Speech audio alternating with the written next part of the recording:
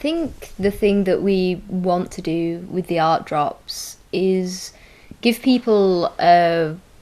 way into our practice and sort of give people a bit of a deeper dive on not just how we do things but why we do them, our thoughts behind them, you know,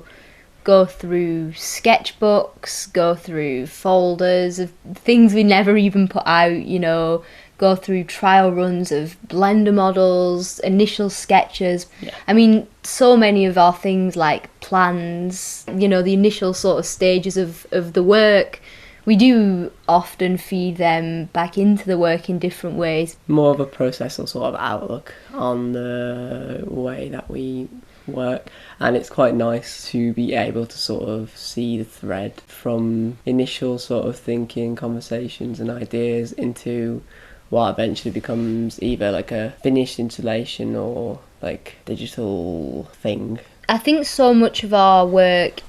is processual, and that I think is what should be really interesting about doing these, whatever you want to call them, art drops, workshops, sessions, recordings, like ideas, feedback sessions. Well, yeah. I think that's what is so useful to us, because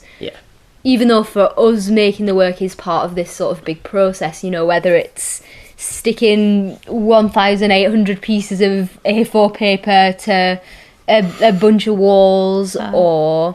whether it's building a Blender model from the ground up, whether it's doing sketches of what we want to look like, just sort of a window into that massive chunk of our time that is poured into the creation and the initial stages of the end output of our work. Yeah, so sort of like the beginnings, like how we sort of excavate an idea initially as well. I think it's quite interesting to have access to.